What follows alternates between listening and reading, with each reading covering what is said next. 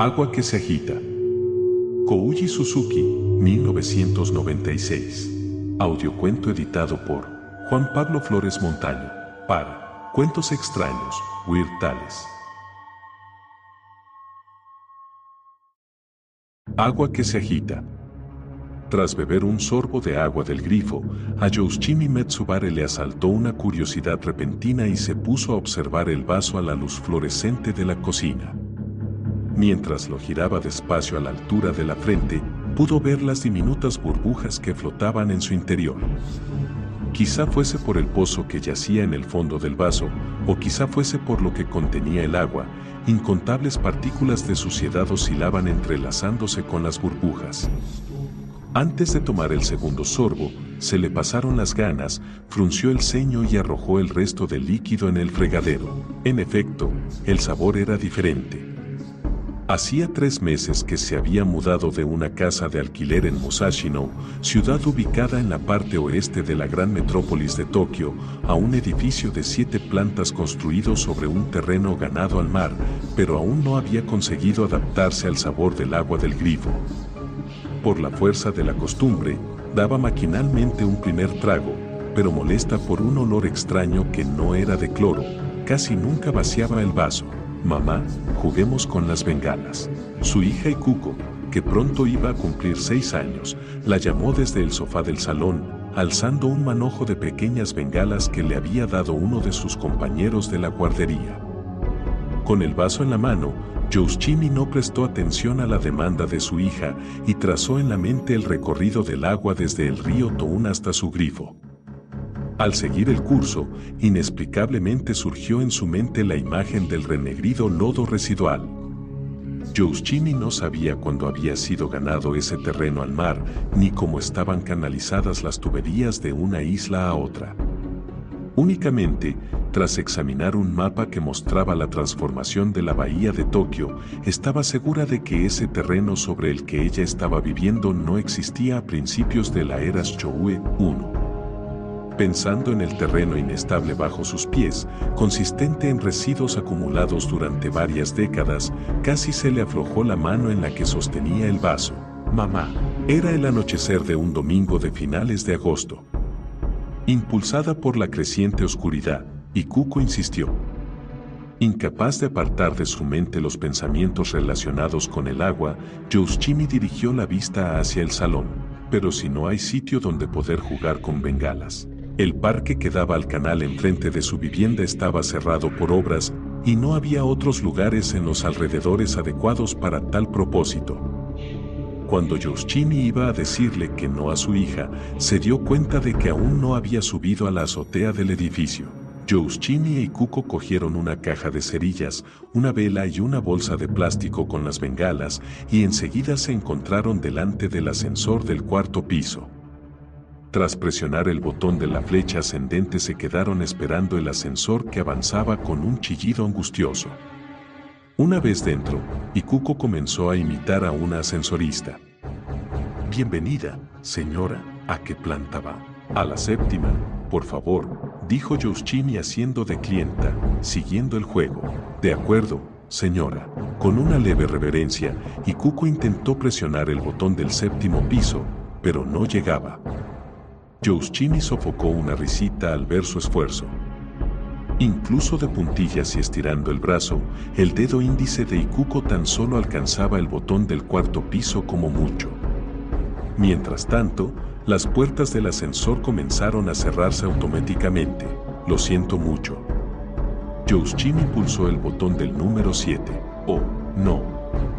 Ikuko puso mala cara. El botón resultaba bastante áspero al tacto, e inconscientemente Yoshimi se frotó el dedo en su falda de lino para eliminar la sensación que había quedado en él.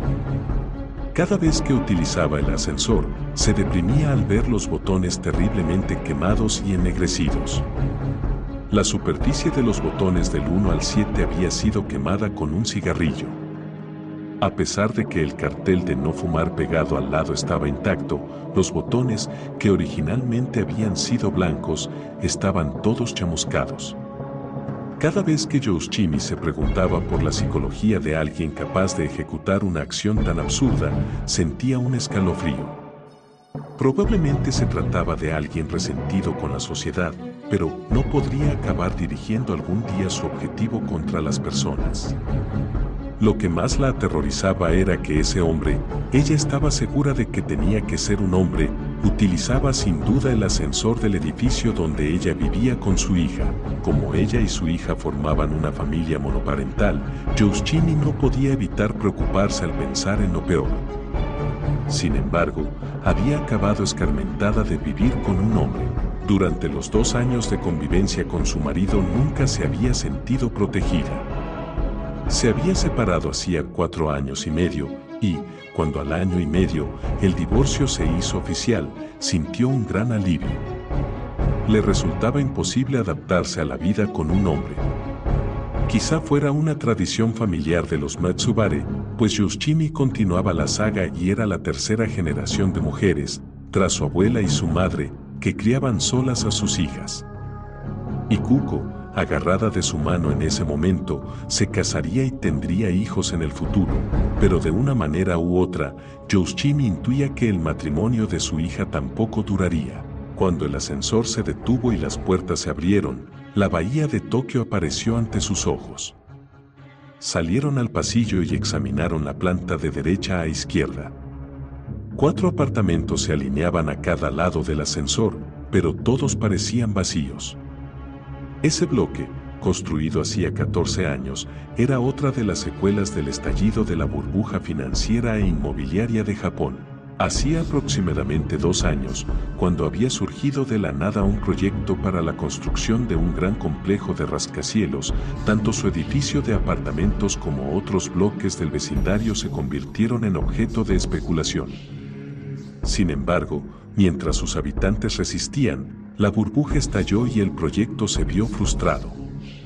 En ese momento, aunque la empresa constructora ya poseía casi la mitad de aquel bloque formado por 48 viviendas, no hubo manera de revenderlo y ofreció 20 de ellas en alquiler a un precio muy por debajo del valor del mercado. Yoshimi se enteró de la noticia a través de un amigo que trabajaba en el sector inmobiliario.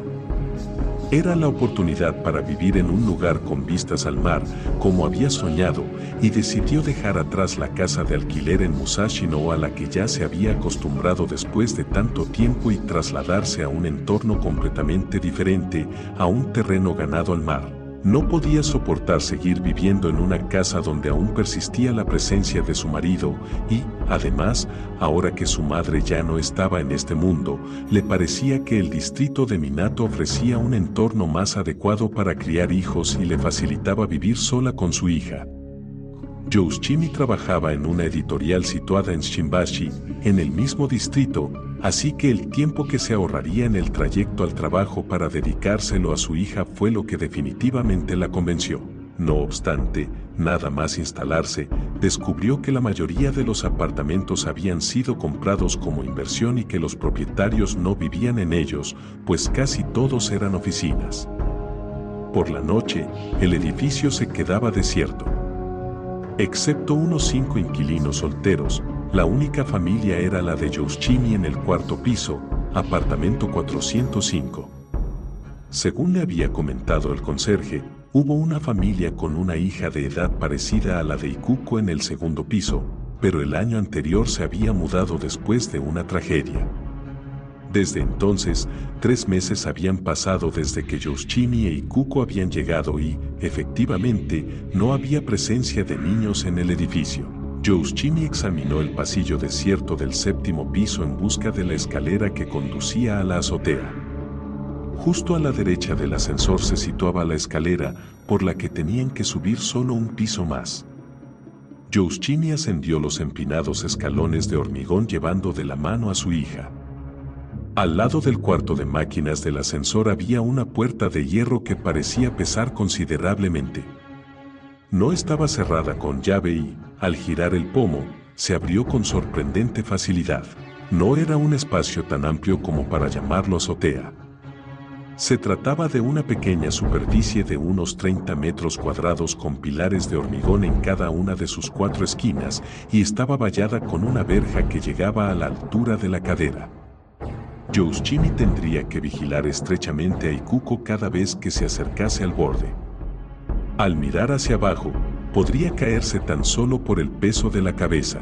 En el apacible crepúsculo sin brisa, en ese lugar que se elevaba hacia el cielo, Youshimi e Ikuko encendieron las bengalas.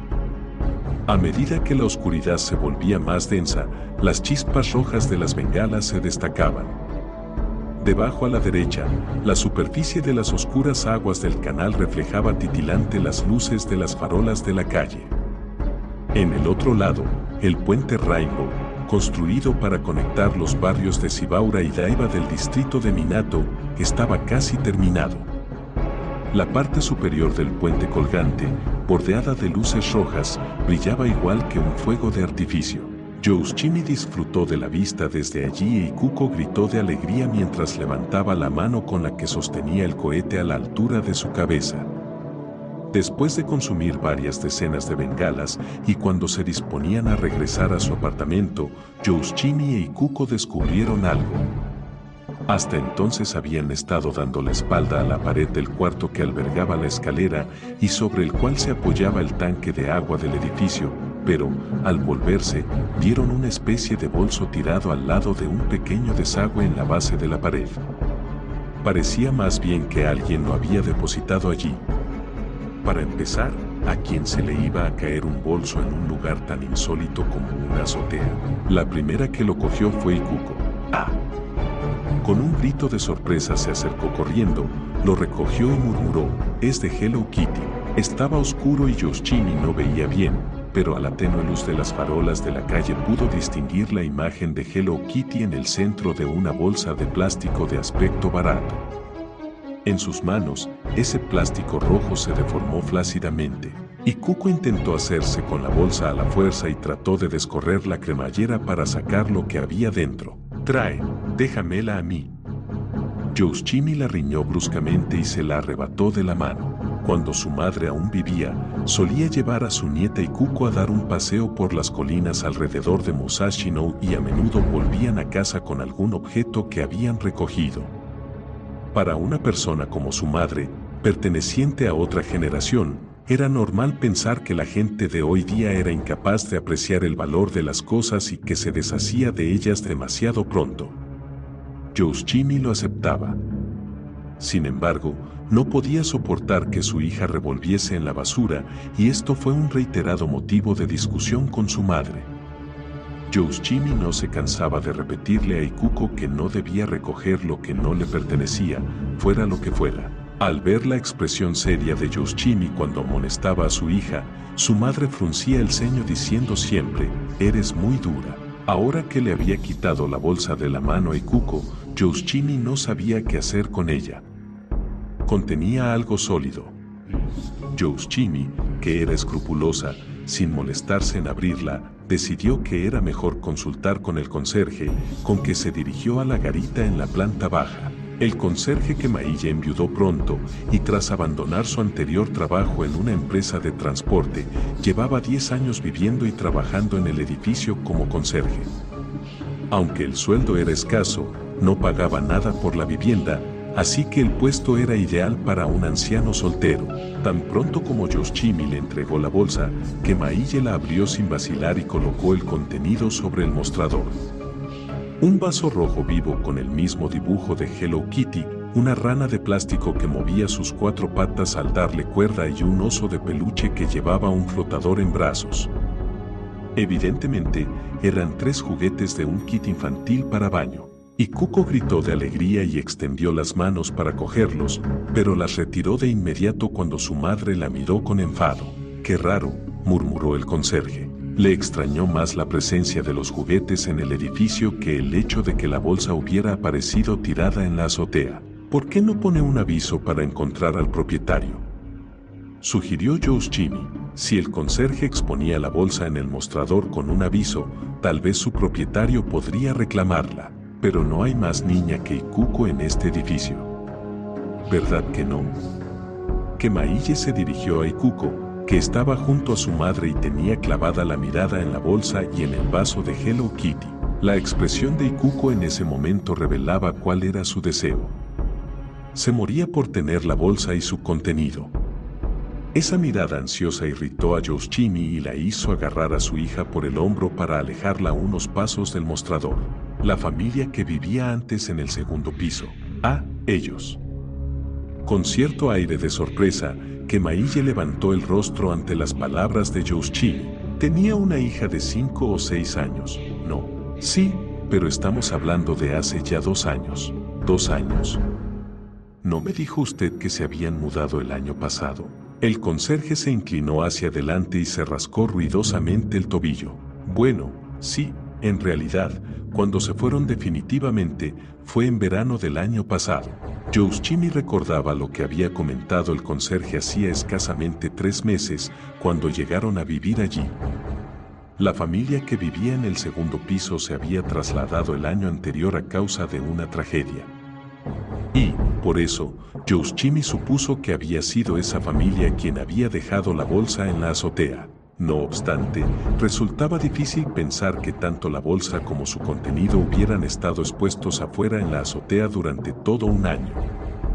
La bolsa, que parecía recién salida de la tienda y que no tenía ni una mota de polvo sobre la imagen de Hello Kitty, negaba esa posibilidad. Muy bien. Entonces, voy a dejarla un tiempo en el mostrador para ver si aparece el propietario, propuso Kemaille en un intento de poner fin a la conversación. En realidad, no daba importancia a una bolsa sin valor como esa. Yoshimi, sin embargo, no se movió del mostrador y se tocaba su cabello rizado castaño preguntándose si diría o no lo que le rondaba en la mente. Si no la reclama nadie, ¿por qué no te quedas con ella, Iku? Sugirió el conserje sonriéndole a Ikuko, pero Yoshimi rechazó su propuesta sacudiendo la cabeza con firmeza. No, no puede ser. En ese caso, tírela, por favor. Como si apartase a Ikuko de un objeto sucio, Yoshimi empujó a su hija por la espalda y se alejó apresuradamente de la conserjería. Aún así, mientras subían en el ascensor, Yoshimi se sentía inquieta. Había evitado preguntar por la tragedia por temor a ser considerada una de esas personas que disfruta hablando de las desgracias ajenas, pero no conseguía apartar aquel pensamiento de su mente. ¿Qué tipo de tragedia había sufrido la familia que vivía en el segundo piso? La mañana del día siguiente, lunes, Yoshimi pasó más tiempo de lo habitual peinándose. Desde el salón se oía la sintonía de un programa de televisión para niños. Esa música le servía a Yoshimi como señal horaria. Esa mañana tendría mucho tiempo para llegar al trabajo. Llevaría a Ikuko a la guardería antes de las 9, luego tomaría un autobús enfrente de la guardería y en 20 minutos estaría en la oficina de Shimbashi. Comparado con la época en que vivía en Musashino, el tiempo y la energía necesarios para ir a trabajar se habían reducido considerablemente. Solo por eso la mudanza había merecido la pena. Si hubiese seguido en Musashino, no habría podido dejar a Ikuko en una guardería antes de ir a trabajar.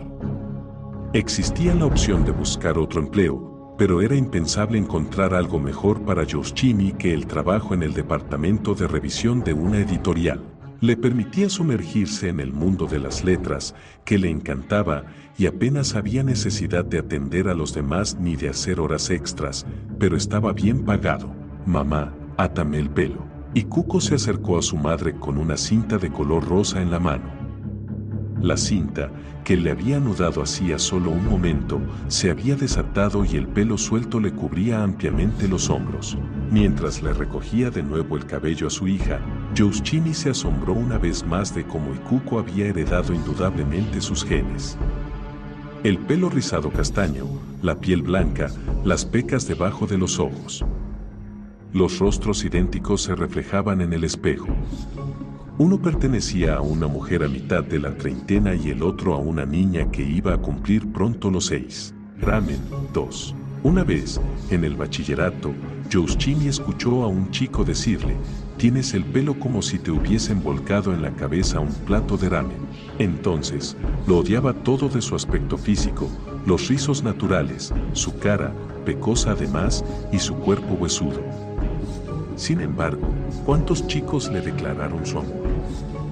No se le había ocurrido contarlos. Nunca pudo entender qué encontraban en ella. No podía dejar de pensar que su sentido estético era diferente al de los demás. Todos coincidían en que su rostro pequeño enmarcado por un pelo rizado color castaño, inusual entre los japoneses, era bonito a pesar de estar lleno de pecas. Incomprensible para ella. Cuando se dieron cuenta de su indiferencia, los chicos comenzaron a burlarse de esos mismos rizos castaño rojizo. Había muchas chicas que sabían manejar a los chicos mejor que Yoshimi, pues, a pesar de tratarlos con cierta frialdad, no tenían que oírlos cuchichear a su espalda. Hiroumi, una compañera de la secundaria y del bachillerato, era un típico ejemplo. Con el cabello recogido de nuevo, Ikuko dijo, gracias, no a su madre, sino a su reflejo en el espejo, y se precipitó en el salón para seguir viendo la tele. No veía ningún rasgo de su exmarido en su hija. Era un verdadero consuelo. Ni una sola vez había disfrutado de las relaciones sexuales. No conocía otra palabra que sufrimiento para expresar sus vivencias al respecto. Sin embargo, en el mundo se habla mucho de sexo. Tampoco podía entenderlo. Al parecer, una alta barrera insuperable la separaba de los demás. Desde el sentido de la belleza y la fealdad hasta la definición del dolor y el placer, se sentía distinta en todo. El mundo que se reflejaba en sus ojos y en los de los otros era muy diferente. Como el marido de Yoshimi se daba cuenta de que su mujer no se prestaba a satisfacer sus necesidades sexuales, a menudo recurría a consolarse solo y dejaba tirados descuidadamente unos pañuelos de papel debajo del sofá. A la mañana siguiente, Yoshimi los recogía de mala gana. En una ocasión las puntas de sus dedos tocaron el líquido viscoso. Se le vino a la mente la estúpida expresión de placer en el rostro de su marido. Luego, tembló violentamente de repulsión y desprecio. La voz familiar de la presentadora comenzó a oírse en la tele. Se acercaba la hora de ir a la guardería. Ikuko abrió la puerta enérgicamente, corrió hacia el ascensor y pulsó el botón de bajada. Para salir a la calle por la puerta principal, tenían que pasar por delante de la conserjería. Yoshimi e Ikuko posaron la vista al mismo tiempo en la bolsa roja que estaba en el mostrador. La bolsa de Hello Kitty que habían encontrado la noche anterior en la azotea estaba con la cremallera cerrada junto con una nota que decía: objeto perdido. Cualquier persona que tenga información sobre el propietario, que contacte conmigo, conserje Kemaille. El conserje había seguido fielmente su sugerencia, pero, sin saber por qué, Yoshimi intuía que el propietario no iba a aparecer. A principios de septiembre, en lugar de mitigarse el calor, la temperatura se disparó de tal manera que alcanzó el récord de la temporada. Durante 3 días de calor abrasador, la bolsa roja de Hello Kitty estuvo expuesta en el mostrador negro de la conserjería. Mañana y tarde, cada vez que la veía, Yoshimi se veía asaltada por una obsesión inexplicable. El rojo vivo de la bolsa parecía el símbolo de una llama. Y, cuando la bolsa desapareció del mostrador, el calor sofocante de aquel verano interminable comenzó a dar indicios de aplacarse. ¿Acaso había aparecido el propietario o el conserje se había deshecho de ella sin más? Ya no le importaba. Por fin había podido cortar por completo el vínculo con aquel objeto. En cambio, ahora, lo que atormentaba a Yoshimi era la pérdida de motivación en su trabajo. Su editorial proyectaba publicar la nueva novela de un escritor conocido por sus impactantes tramas violentas 6 años después del último lanzamiento. Nada más presentarse en la oficina esa mañana, su jefe le encargó a Yoshimi una vez más la revisión de las pruebas. Debido a su labor de supervisión, Yoshimi debía leer detenida y repetidamente toda la obra. Hacía 6 años, cuando leyó las pruebas de ese escritor por primera vez sin estar preparada mentalmente, recibió un impacto tan brutal que sintió que su alma se partía. Las escenas espantosas se grabaron en su mente y empezaron a perseguirla en forma de pesadillas. No es exagerado decir que incluso se planteó acudir a un psicólogo para liberarse de los efectos de aquella historia. Se le revolvió el estómago, perdió el apetito y adelgazó hasta 3 kilos. Era incapaz de distinguir el delirio de la realidad. Gioacchini se quejó al editor encargado de la obra preguntándole por qué publicaba libros de un autor como ese. El editor, un joven aún novato de unos 25 años, contestó triunfante: «No queda otra, ¿qué quieres que haga? Se venden bien». Una vez más, Gioacchini fue consciente de la altura del muro que la separaba del resto del mundo. No podía creer que hubiera gente dispuesta a pagar dinero por leer algo tan repugnante. Al otro lado del muro se congregaba una multitud que mantenía unos principios completamente diferentes de los suyos. Además, por si fuera poco, al año siguiente descubrió una edición de bolsillo de aquella novela, publicada por otra editorial, en un lugar inesperado, la estantería de libros de su marido. Tan pronto como la encontró, se sintió abrumada por un sentimiento semejante al terror, y en el instante siguiente emergió en su mente la imagen de su marido sumido en las fantasías sangrientas despertadas por la lectura. Y se reafirmó más y más en su decisión de divorciarse. Gioacchini vio la bolsa roja de Hello Kitty al día siguiente, el sábado por la mañana, en el lugar que era de esperar, en el cuarto de basuras de la comunidad. Fue a tirar la basura y cuando levantó la tapa del contenedor para residuos inorgánicos, la bolsa roja estaba atrapada entre los negros bultos de otras bolsas de plástico. Por un momento Gioacchini se quedó inmóvil, mirándola fijamente, pero era fácil de imaginar cómo había terminado allí. El conserje la había tirado convencido de que no había posibilidad de localizar al propietario. Como si nada hubiera pasado, Gioacchini depositó su bolsa llena de basura reciclable sobre la bolsa roja y bajó la tapa. Aquel debería haber sido el final. La bolsa debía asumir su destino de ser transportada por un camión junto a otros residuos inorgánicos que formarían la base de un nuevo terreno ganado al mar. El primer domingo de septiembre, Gioacchini fue con su hija a comprar a una tienda de conveniencia, 3, de la vecindad. Como la temporada estival estaba llegando a su fin, los juegos pirotécnicos estaban muy rebajados de precio. Eran tan baratos que Gioacchini no podía negarse a las peticiones de Ikuko con el pretexto de evitar malgastar. Cuando se agotasen los pocos juegos pirotécnicos que quedaban en la estantería, ya no se volvería a reponer ese artículo de temporada. Ni aun Gioacchini, amante del verano, podía resistirse a la fugacidad de esa existencia. Así que cuando Ikuko dijo que quería volver a jugar con las bengalas esa noche, Gioacchini lo asumió como una consecuencia lógica. Al anochecer, igual que habían hecho hacía una semana, subieron a la azotea. En el instante en que tocó el pomo de la puerta, Gioacchini fue asaltada por un presentimiento desagradable y sintió que un destello rojo parpadeaba en su mente. Al abrir la puerta, dirigió instintivamente la mirada a su derecha, como si desde el principio supiera que iba a encontrarla allí. Un objeto de un rojo vivo se destacaba sobre el suelo gris impermeabilizado de la azotea.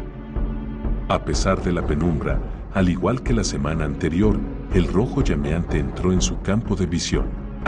Gioacchini, con la boca abierta, se quedó inmóvil. Incapaz de decir nada, retrocedió unos pasos agitando una mano a su espalda en busca de su hija, que debía de estar detrás de ella. Ikuko, sin embargo, esquivó rápidamente la mano de su madre y se acercó corriendo hacia la bolsa de Kitty, que se encontraba exactamente en el mismo sitio de la semana anterior. «Espera». La voz de Gioacchini, en un intento por detener a su hija, tembló. No podía explicar el terror que se había apoderado de ella. Justo en el instante en que Ikuko recogía la bolsa, Gioacchini la alcanzó y, con una mano, la apartó violentamente del objeto. La imagen de Hello Kitty cayó rodando, deformándose flácidamente en el suelo de hormigón. Sin duda, se trataba de la misma bolsa.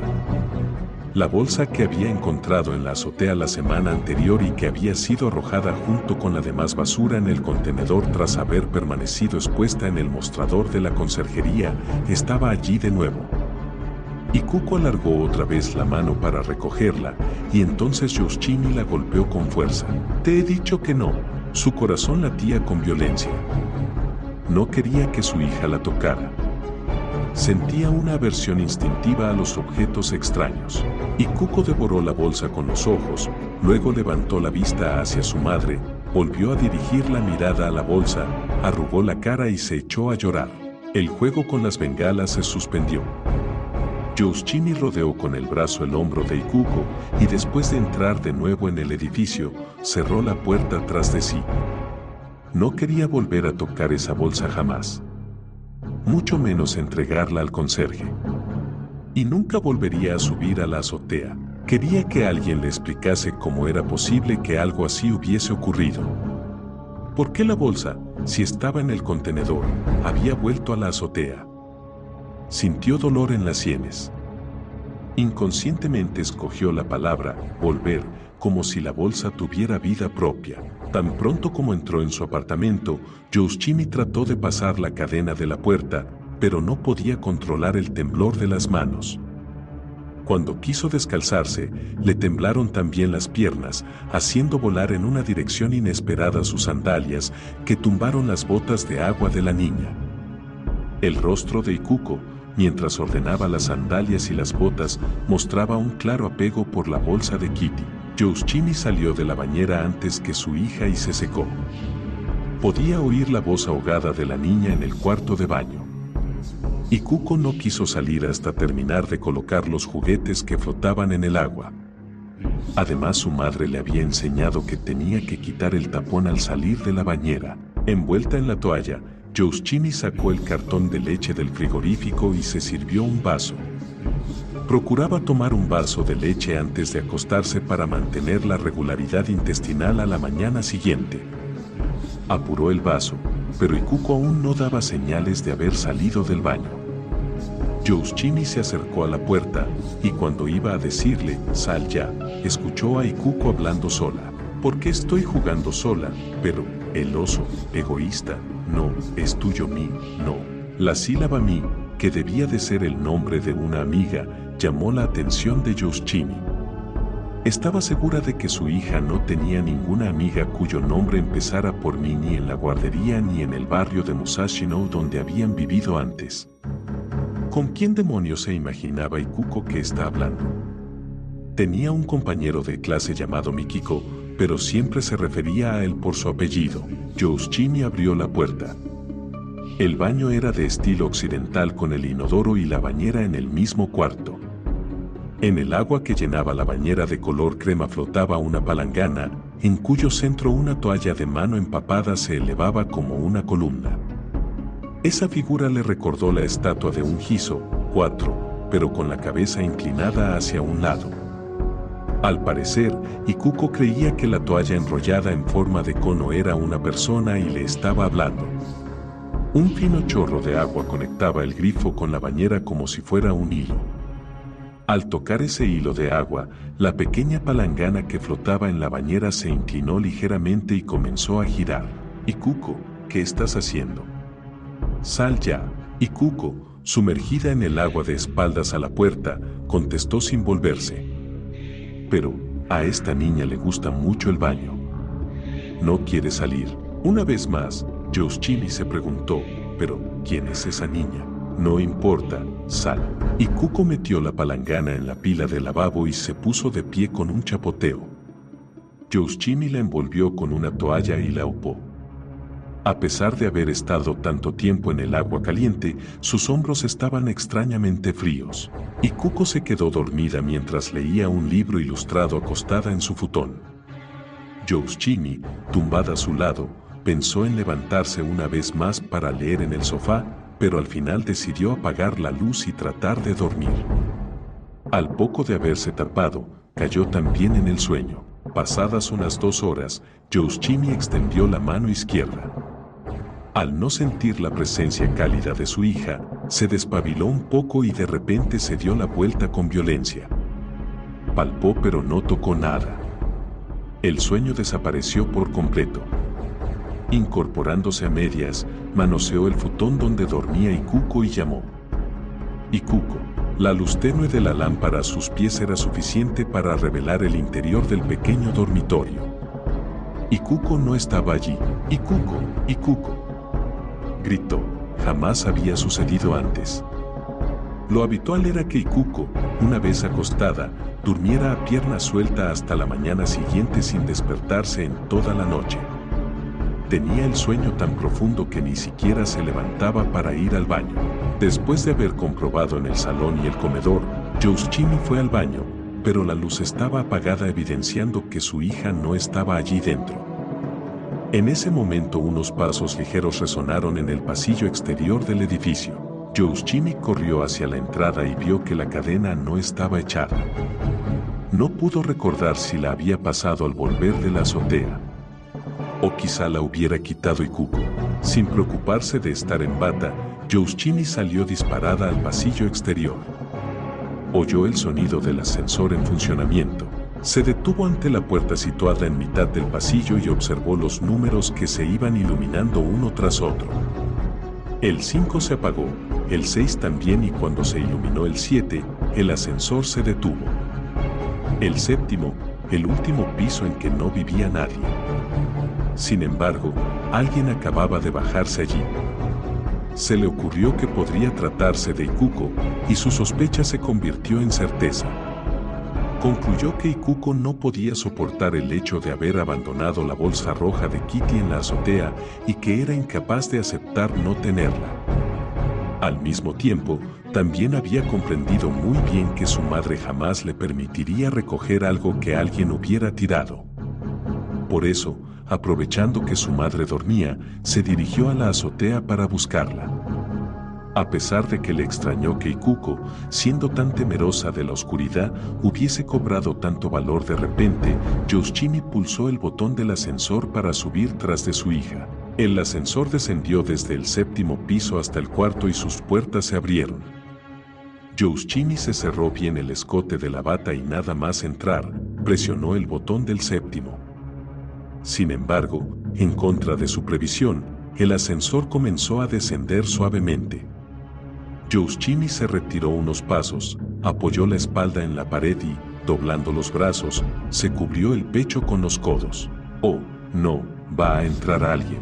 Eso significaba que alguien en un piso inferior había pulsado el botón antes que ella. Quienquiera que fuese, tal vez venía de la planta baja. Seguro que uno de los hombres que vivían en el quinto o sexto piso llegaba borracho a casa. Ya era pasada la 1 de la madrugada. El temor de ser acosada por un borracho se apoderó de ella y maldijo ese espacio estrecho en que no había escapatoria. Detrás de los 7 botones quemados por un cigarrillo la luz iba bajando. De repente, el ascensor se detuvo. Al levantar la mirada, vio que la luz se había detenido en el segundo. Porque el segundo, Yoshimi adoptó una postura de defensa. Usar el ascensor a altas horas de la noche siempre la ponía tensa. Sin embargo, cuando las puertas se abrieron, no había nadie. Sin querer, contuvo la respiración. Se acercó despacio al pasillo, asomó la cabeza y miró 2 veces a cada lado, a derecha e izquierda. Le parecía que aquel pasillo oscuro y desierto se extendía sin fin. Por supuesto, allí no había nadie. Entonces, ¿quién diablos había llamado el ascensor? En el momento en que las puertas comenzaron a cerrarse, Yoshimi se retiró hacia adentro en un acto reflejo, pero un segundo antes de que las puertas se cerraran por completo, tuvo la clara sensación de que algo invisible se había colado suavemente en el interior. Quizá fuese solo su imaginación, pero incluso le pareció que la temperatura había bajado de repente en aquellos 3 metros cuadrados. No estaba sola. Había una presencia en el ascensor. Sentía en el abdomen el aliento de alguien, un aliento como el que se transforma en vapor blanco los días fríos de invierno. El ascensor subió y se detuvo en el 7º piso. En la base de la escalera que conducía a la azotea, Yoshimi presionó el interruptor de la luz. Los dos tubos fluorescentes del techo se encendieron con un parpadeo. Animada por la claridad, Yoshimi subió la escalera de un tirón. Abrió la puerta de par en par para que la luz fluorescente alumbrase la azotea. ¡Ikuko!, gritó. A pesar de forzar la vista, no alcanzó a distinguir la pequeña sombra humana que buscaba. Miró hacia abajo desde el borde occidental de la azotea, pero no vio ninguna mancha oscura que indicara una tragedia sobre la calle iluminada por las farolas, y dio un suspiro de alivio. Ikuko no se había precipitado a la calle. Los lados del edificio norte, sur y este daban a los balcones que sobresalían desde el 7º piso, por lo que aunque Ikuko se hubiera caído, su vida no correría peligro. ¿A dónde habrá ido? Sintió que el estómago se le subía a la garganta. Inesperadamente, su hija podría encontrarse en algún rincón de su apartamento. Con esa esperanza en su mente, se volvió hacia la puerta de la escalera. La luz blanca de los fluorescentes salía de ella. Encima del cuarto que albergaba la escalera estaba el tanque de color crema apoyado sobre la base de la estructura de hierro. Ese objeto con forma de ataúd iluminado desde abajo se elevaba contra el despejado cielo nocturno. Contenía agua. El agua corriente del edificio era almacenada y suministrada a cada apartamento desde allí. En la sombra de los postes de hierro que sostenían el tanque se veían dos elementos similares a unos cordones que se balanceaban. Al forzar la vista, distinguió que una pequeña sombra oscilaba debajo del tanque. A Yoshimi le extrañó que desde su posición solo viera la sombra y no el objeto que la proyectaba. Una niña acurrucada debajo del depósito suspendido, esa fue la imagen que se formó en la mente de Yoshimi. «Ikuko, ¿estás ahí?». No obtuvo respuesta. Para examinar lo que había encima del cuarto de la escalera, había que ascender más de 2 metros por una escalerilla de aluminio sujeta contra la pared de hormigón. Trepar por la pared como si fuera una araña suponía un gran esfuerzo físico para alguien tan frágil como Yoshimi.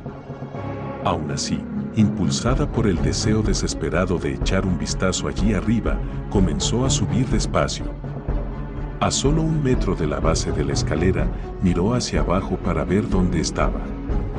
En la penumbra distinguió un objeto oscuro enganchado del tubo del desagüe que discurría a lo largo de la pared. Estaba justo donde había quedado la noche anterior, después de haber caído rodando de la mano de Ikuko cuando Yoshimi la sacudió. La bolsa de Hello Kitty. Su mente comenzó a trabajar frenéticamente. Algo resultaba raro. Había pasado por alto algún punto fundamental. No puede ser Ikuko. Al darse cuenta, casi dio un paso en falso en la escalera. Quien había subido al 7º piso no podía ser Ikuko porque la niña no alcanzaba a pulsar el botón del 7º. Un escalofrío le recorrió la espalda. Cuando miró hacia arriba, la sombra se iba extendiendo cada vez más densa. No cabía duda de que allí había alguien o algo. Se oía casi imperceptible el roce de la tela y el crujido de las articulaciones al doblarse con esfuerzo. Si no es mi hija, ¿quién es? Cuando le faltaba muy poco para poder asomar enteramente la cabeza por encima, le falló el coraje. Todo tipo de imágenes surgieron en su mente y se puso rígida sin poder subir ni bajar. En ese momento, oyó una voz familiar justo debajo. «Mamá». Casi se le fue toda la fuerza del cuerpo. Sentía una completa debilidad. Las manos y los pies se le resbalaban por la superficie de aluminio de la escalera. Yoshimi resistió como pudo para no caerse y presionando la barbilla contra la axila izquierda, vio abajo a Ikuko en pijama. «Mamá, ¿qué estás haciendo ahí arriba?». El sollozo de Ikuko contenía un tono de reproche. A la mañana siguiente, a la hora habitual, cuando Yoshimi entró en el ascensor de la mano de su hija, se dio cuenta de que el crujido del cable era sutilmente diferente del que había escuchado la noche anterior. No sabía explicar lo que había cambiado. ¿O se trataba simplemente de que la impresión de la noche había variado a la luz del día? Inconscientemente apretó con más fuerza la mano de Ikuko. Había pasado toda la noche en vela, preguntándose una y otra vez si Ikuko le había mentido o si simplemente ella misma había actuado de manera precipitada presa de una obsesión. Mamá, mientras yo estaba en el baño, saliste afuera disparada. Me costó mucho subir por la escalera hasta la azotea. ¿Qué estabas haciendo allí? Mientras Ikuko pronunciaba estas palabras levantando la mirada hacia su madre, que se aferraba a la pared, su pecho de niña se agitaba violentamente como prueba de que había llegado en ese preciso momento corriendo por las escaleras. El enfado en su voz era debido al miedo de haberse quedado sola. Cuando era bebé, estallaba en un llanto histérico cada vez que se despertaba y no veía a nadie a su lado. No podía ser teatro. En realidad, era probable que hubiera ocurrido así, tal y como decía su hija. Yoshimi no se había dado cuenta de que su hija estaba en el baño porque ésta no había dado la luz, entonces salió disparada al pasillo y asoció el número indicador del ascensor con la azotea. Como no había otras posibles interpretaciones, no le quedaba más remedio que creer las palabras de su hija. A pesar de sentirse avergonzada por su comportamiento histérico, todavía había algo que no la convencía. ¿Por qué se había detenido el ascensor en el segundo piso? Allí no vivía nadie. Yoshimi recordaba claramente la sensación de que algo se había colado dentro y el momento en que el aire se había helado. Tan pronto como las puertas del ascensor se abrieron en la planta baja, Yoshimi dirigió la vista hacia el sol de la mañana que se filtraba hasta la mitad de la entrada.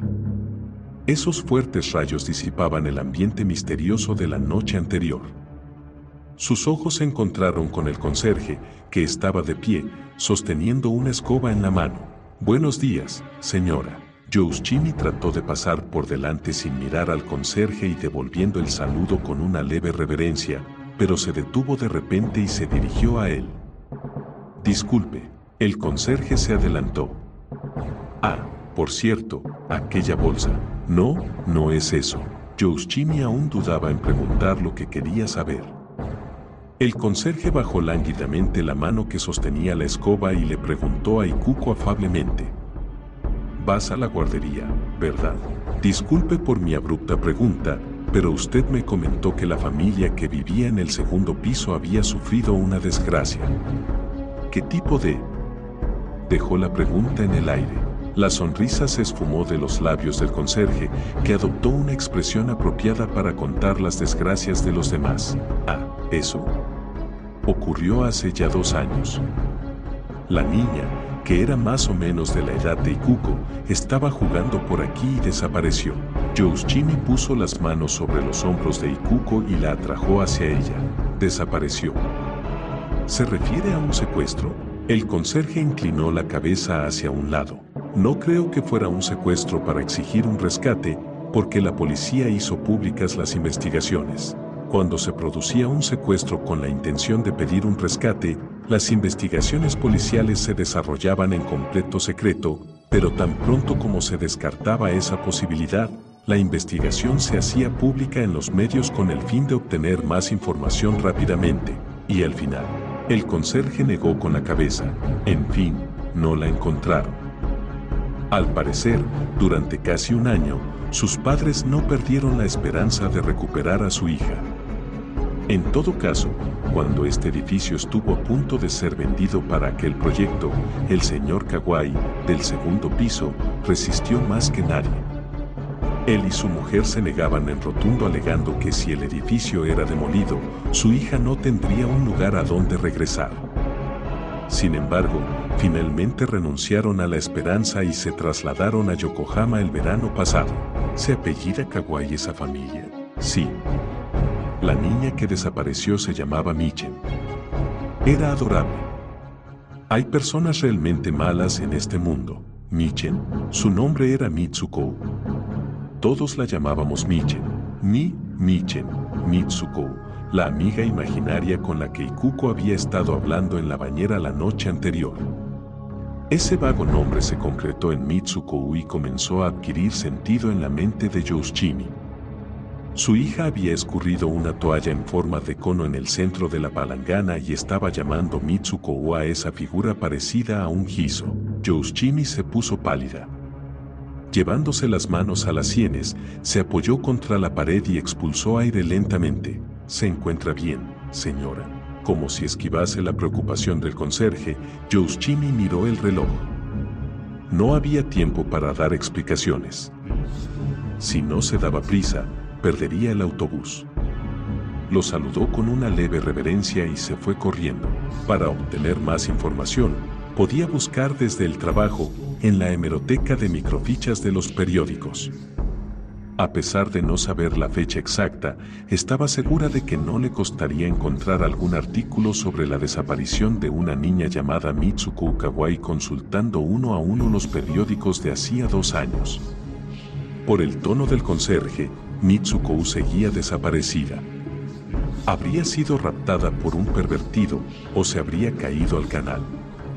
En cualquier caso, la niña no había sido encontrada y posiblemente yacía en algún lugar convertida en cadáver. A eso de las 8 de la noche de aquel mismo día, cuando estaba abriendo el grifo para llenar la bañera de agua caliente, sonó el teléfono. Dejando el grifo abierto, Yoshimi corrió al salón y descolgó. Era el conserje. Disculpe, señora, es que me he hecho un esguince en el tobillo izquierdo. Esas palabras inesperadas desconcertaron a Yoshimi, que no encontró otra manera de reaccionar que con un «Oh», no tenía ni idea del motivo de la llamada. El conserje, después de haber explicado la causa del esguince, fue al grano. «Ha llegado un paquete para usted». Por fin, Yoshimi lo entendió. El hombre solía guardar las entregas de las paqueterías que llegaban durante el día, puesto que Yoshimi casi nunca estaba en casa. Quería decirle que aquel día no podría subírselo al 4º piso como siempre y le preguntaba si no le importaría bajar a recogerlo ella misma por si se trataba de algo urgente. Yoshimi imaginaba quién era el remitente. Aunque no tenía prisa alguna, dio las gracias y añadió antes de colgar: «Voy ahora mismo». Cuando llegó a la planta baja, vio una caja de cartón sobre el mostrador de la conserjería. El señor Kemaille estaba de pie con los codos apoyados sobre la caja. Tal como había imaginado, era de su amiga Hiroumi. Tenía una hija que pronto pasaría a primaria y le enviaba para Ikuko ropa y zapatos que ya no le servían a su hija. Yoshimi, al levantarla, se dio cuenta de que pesaba considerablemente. En efecto, era imposible transportarla con un pie dislocado. ¿Es grave lo del tobillo? Yoshimi, fingiendo estar muy preocupada, frunció el ceño. «Es que hay cosas que un hombre de mi edad no debe hacer», dijo sonriendo y esperando a que le preguntara los detalles del accidente. Sin embargo, Yoshimi no estaba interesada. Ese día había hojeado en el archivo de la editorial los periódicos de julio a octubre de hacía 2 años, pero no había encontrado nada sobre el caso de Mitsuko. Saber qué había sucedido hacía 2 años no era suficiente. Necesitaba conocer la fecha exacta. Aún sospechando que sería poco probable que un anciano la recordase, le preguntó sin demasiada convicción. Entonces el conserje dijo: «Espere un momento». Pasó al interior del mostrador, se agachó con dificultad y sacó un cuaderno grueso y desgastado, que dejó caer con un ruido sordo encima del mostrador. En la tapa estaba escrito con un rotulador negro: «Diario administrativo». Al parecer, apuntaba los sucesos cotidianos en ese cuaderno para presentar el informe a la empresa propietaria. Mientras murmuraba algo, humedeciendo un dedo en los labios, comenzó a pasar las páginas. «Ah, aquí está. Mire». El conserje le dio la vuelta al cuaderno y lo empujó hacia Yoshimi. La página llevaba fecha del 17 de marzo. Así que exactamente no había sido hacía 2 años, sino 2 años y medio, puesto que ya era septiembre. También estaba anotada la hora del suceso. La desaparición de Mitsuko Kawai del apartamento 205, se descartó la posibilidad de secuestro para exigir un rescate, y a las 11:30 de la noche se hizo pública la investigación del caso. Giustini memorizó exactamente la fecha y la hora. En el instante en que iba a devolver el cuaderno al conserje, surgió en su mente el perfil del tanque de agua de color crema. ¿Por qué brotó tal imagen? Se trataba de una asociación de palabras. Esa palabra que se lo evocó estaba escrita en la parte superior del apartado de la misma fecha, el 17 de marzo. Realización de la limpieza del tanque y del equipo del suministro de agua y análisis del agua. El tanque de agua, ese tanque que se elevaba como un ataúd gigante contra el cielo estrellado. Se había llevado a cabo su limpieza el mismo día en que Mitsuko Kawai había desaparecido. Contratados por la empresa propietaria, 2 operarios habían entrado en el interior del tanque. A Giustini se le escapó un grito ahogado. El tanque de agua hizo una pausa para recuperar el aliento. Por lo general, la tapa del tanque está cerrada con llave. El conserje inclinó la cabeza hacia un lado preguntándose por qué Giustini había desviado la conversación al tanque de agua, pero al hojear el registro del mismo día en que mencionaba la limpieza, reveló su comprensión en el rostro. Ah, ya veo. Por supuesto que sí, estrictamente en general. ¿Solo se abre a la hora de limpiarlo? Sí, cómo no. Giustini rodeó con los brazos la caja. ¿Se ha vuelto a limpiar desde entonces? Como ve usted, la junta administrativa de este edificio no está funcionando como es debido. ¿Se ha hecho o no? Apremió Giustini, incapaz de controlar su impaciencia. Bueno, sé que hay que hacerlo, en cualquier caso, puesto que ya han pasado 2 años. Entendido. Giustini, en su intento de levantar la caja, se tambaleó hacia atrás y abandonó la conserjería. Sus pasos eran tan inseguros que resultaba milagroso que hubiera podido llegar a su apartamento sin caerse. Teniendo cuidado de no tocar el agua de la bañera, tiró de la cadena del tapón y observó cómo el nivel de la superficie descendía lentamente. No le apetecía meterse en esa agua de ninguna manera. ¿Por qué no puedo bañarme hoy? Y Kuko había repetido aquella pregunta con una insistencia interminable, pero, por fin, se había quedado dormida hacía solo un momento. A simple vista, el agua parecía limpia. Sin embargo, Giustini podía imaginar el sedimento que flotaba en ella. Abrió el armario de la cocina, sacó la botella de sake que utilizaba para cocinar y se sirvió un vaso. No era una gran bebedora, pero sentía que esa noche no sería capaz de dormir sin la ayuda del alcohol. Trató de pensar en otra cosa. Incluso le venía bien la novela que estaba revisando. Solo tenía que imaginar las escenas espantosas y así romper la asociación de ideas. Pero le resultaba imposible.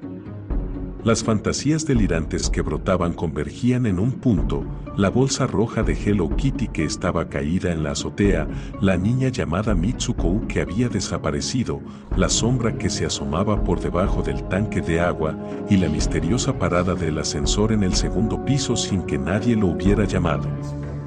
La noche anterior, el cuarto de baño de su apartamento y el tanque de agua de la azotea habían estado conectados por un fino chorro que caía del grifo. Sumergida en el agua, Ikuko estaba hablándole a Mitsuko como si la tuviera allí ante sus ojos. Todo esto llevaba a Giustini a una sola conclusión. Trató de interrumpir a la fuerza sus pensamientos con las escenas de la novela, las palizas brutales a las que he sometido repetidamente un yakuza preso de una banda mafiosa rival, el mundo de ficción lleno de olor a sangre. Una casualidad, sí. Tenía que convencerse de que era una pura casualidad. Que la desaparición de Mitsuko se hubiera producido el mismo día en que se estaba limpiando el tanque de agua, debió de ser una simple coincidencia. Pensándolo bien, había una explicación racional para todo. Los niños del barrio habían dejado la bolsa de Hello Kitty en la azotea, quizá en un ingenuo intento de hacer magia, por ejemplo, para enviar una señal a un ovni. Al fin y al cabo, un producto de la imaginación infantil. Al encontrarla en el contenedor de la basura, la habrían devuelto rápidamente a la azotea. El ascensor se detuvo en el segundo piso porque uno de los inquilinos había pulsado el botón para bajar, pero cuando vio que se estaba demorando en el cuarto, se impacientó y se fue por la escalera. Por eso no había nadie esperando cuando las puertas se abrieron. Separando forzadamente un suceso de otro, Yoshimi intentó dotar de una explicación lógica a cada uno de los fragmentos. No obstante, por mucho que se esforzara en separarlas, esas fracciones volvían a unirse, formando cada vez una masa uniforme. Había percibido la verdad, pero se negaba a reconocerla. Todo llevaba a una conclusión inevitable.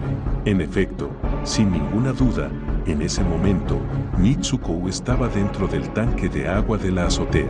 Sin poder controlarla, esa escena se extendió por la mente de Yoshimi. ¿Acaso se había caído mientras los limpiadores almorzaban o había sido arrojada intencionadamente por alguien? El cadáver en descomposición. La bolsa roja de Kitty sujeta en su mano. El ataúd lleno de agua. Durante los últimos 3 meses había estado bebiendo esa agua, la había usado para cocinar, hacer el café y el té de cebada, servida fría en verano. ¿Cuántas veces se había sumergido en el agua llena de innumerables células putrefactas? ¿Cuántas veces se había lavado las manos y la cara? Si comenzara a contar, no terminaría nunca. Yoshimi se llevó las manos a la boca. El jugo gástrico se le desbordó por la garganta con el olor del sake. Corrió al cuarto de baño, se agachó sobre el inodoro y vomitó. Los ojos se le inyectaron en sangre y sintió un dolor ardiente en la parte interior de la nariz. Al mover el tirador del inodoro, el agua comenzó a discurrir bajo sus ojos formando una espiral que arrastraba el vómito. El agua que quedaba en la taza era transparente a la vista. Esa agua que contenía las células que se habían despegado de la piel y los vellos diminutos estaba lavando el interior de la taza con los últimos chorros. La náusea no remitía, pero en el estómago ya no le quedaba nada que echar. Mientras se limpiaba la boca con papel higiénico, se atragantó violentamente. Permaneció agachada esperando a que se le regulase la respiración. Fue entonces cuando comenzó a escuchar el sonido del agua que goteaba cayendo al fondo de la bañera situada a su lado. Estaba segura de que había cerrado bien el grifo. Yoshimi se arrodilló, se abrazó a la taza del inodoro y tragó saliva con el semblante desesperado en un intento de evitar que su delirio se transformase en realidad. Alucinaciones. Era obvio. La paranoia circulaba velozmente por sus venas. En el agua sucia que se había acumulado en la bañera, vio flotando algo parecido al cuerpo sin vida de una niña. Tenía la cara amoratada e hinchada, era casi el doble del tamaño normal. Trató de gritar, ¡basta!, pero se resbaló en el suelo mojado y se cayó de espaldas. Un vaso de plástico rojo flotaba sobre el pecho del cadáver. Una rana verde cuerda nadaba moviendo horizontalmente sus 4 patas, chocó contra el hombro del cadáver, se alejó de él, volvió a chocar, arrancando poco a poco una cantidad insignificante de piel con las puntas de sus patas de plástico.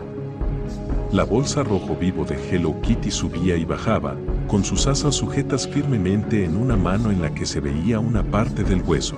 Excepto por unos breves jadeos convulsos que le salían de la boca, Yoshimi había dejado prácticamente de respirar.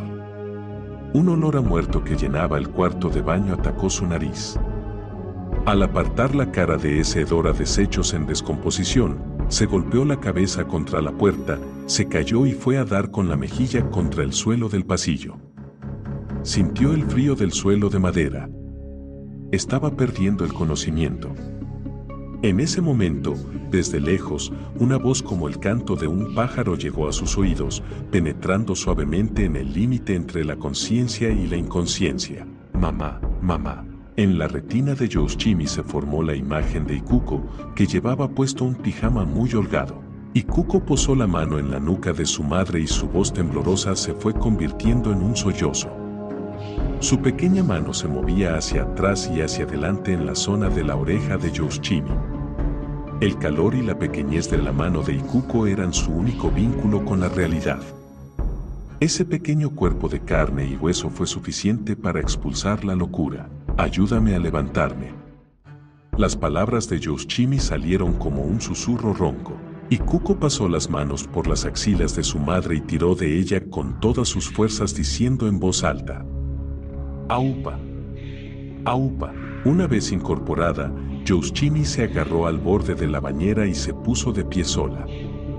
Su ropa de estar por casa estaba empapada de cintura para abajo.